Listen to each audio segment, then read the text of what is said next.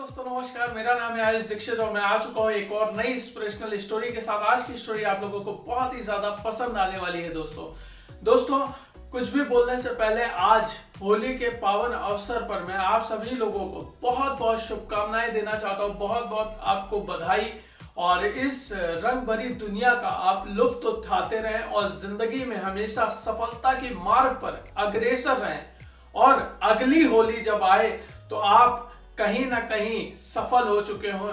ऐसी मेरी ईश्वर से शुभकामनाएं हैं आपके लिए। बहुत बहुत धन्यवाद, बहुत बहुत शुक्रिया दोस्तों क्या आपने कभी जीवन में किसी के साथ भलाई की है?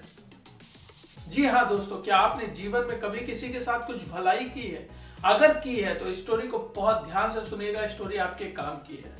स्टोरी है एक व्यक्ति जो है बहुत एजुकेटेड होता है और ज़्यादा एजुकेशन लेने के बाद वो नौकरी की तलाश में निकलता है और नौकरी की तलाश में निकलते निकलते वो कई जगह पे इंटरव्यू देता है, लेकिन उसका सिलेक्शन कहीं नहीं हो रहा होता है। तो वो बहुत परेशान हो जाता है क्योंकि घर से भी प्रेशर होता है कि जल्दी से कुछ जॉब करो, हम लोगों को पैसे भेजो, हम लोग अपने घर को चलाएं।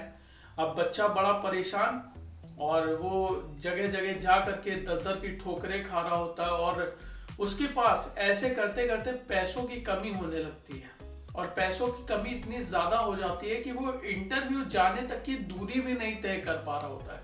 आसपास की जगहों पे तो वो पैदल जा करके इंटरव्यू दे रहा होता है, लेकिन जब दूरी की बात आती है तो वो वहां तक पहुंच ही नहीं पाता है।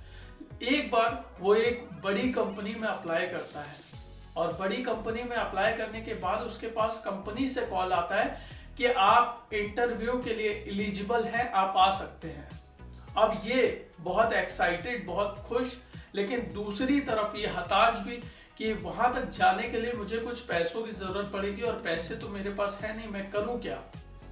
अब ये बहुत परेशान होता है, लेकिन ये जो रूटीन था उस रूटीन के हिसाब से अगले दिन उठता है सुबह और मंदिर जाता है ईश्वर के सामने और ईश्वर से कहता है हे प्रभु, आज इतना अच्छा मौका मेरी जिंदगी में मेरे पास आया है और मेरे पास पैसे नहीं है कि मैं वहां तक की दूरी तय कर पाऊं और कोई आज के ज़माने में मदद भी नहीं करता है, तो मैं क्या करूं। उस इंटरव्यू को देना मेरी ज़िंदगी का बहुत ही अच्छा दिन होगा, बहुत अच्छा मौका होगा, मुझे उस इंटरव्यू तक पहुंचना है, मेरी सहायता करिए। और जब ये ईश्वर से कह करके बाहर निकलता है मंदिर से, तो मंदिर के बाहर इसको एक भिखारी मिलता है। भिखारी ने इसकी सारी बातें सुन ली होती है और कहता है बच्चा परेशान ना हो, तुम्हारी परेशानी मैंने सुन ली है।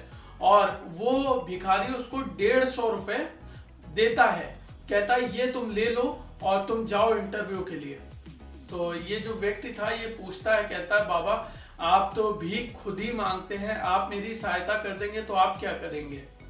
तो उसने कहा कि मैं जहाँ रोज रोटी खाता हूँ आज भूखा ही सो जाऊंगा, मेरी तो आदत है, मैं भूखा सो सकता हूँ।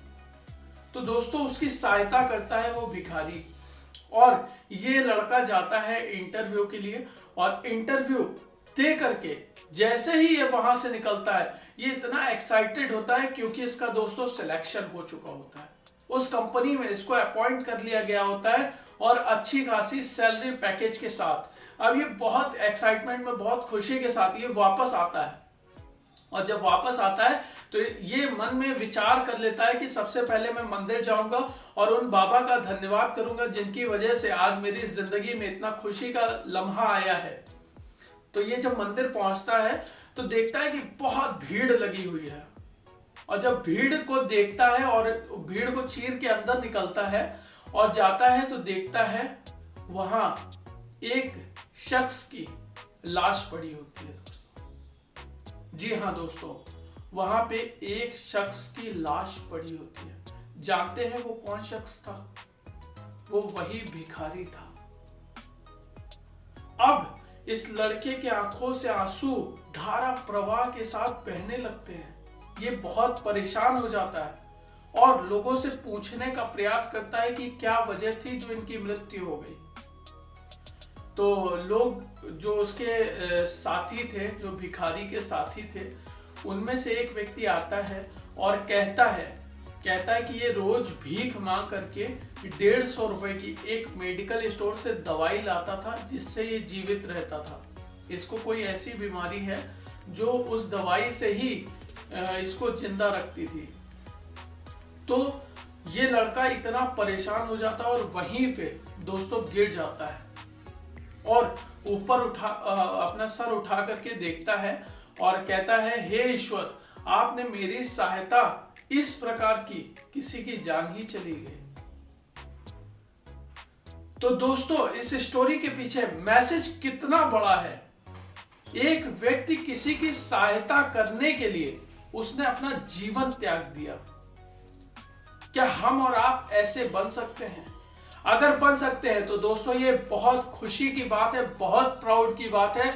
और दोस्तों जब भी मौका मिले जीवन में आपको किसी की मदद करने का, किसी की सहायता करने का, तो जरूर करिए, क्योंकि वो आप उस व्यक्ति की मदद नहीं, स्वयं ईश्वर की मदद कर रहे होते हैं, क्योंकि ईश्वर किसी भी रूप में आ सकते हैं। बहुत बहुत धन्यवाद, बहुत बहुत शुक्रिया दोस्तों मेरे साथ बने रहने के लिए। मुझे बहुत बहुत शुक्रिया दोस्तों आप लोगों का। इसी तरीके से मुझे प्यार देते रहिए और मैं आपके साथ बना रहूंगा, आप मेरे साथ बने रहिए। जरूर हम लोग सफलता की मुहिम में बहुत आगे जाएंगे। बहुत बहुत धन्यवाद, बहुत बहुत शुक्रिया दोस्तों आप लोगों का।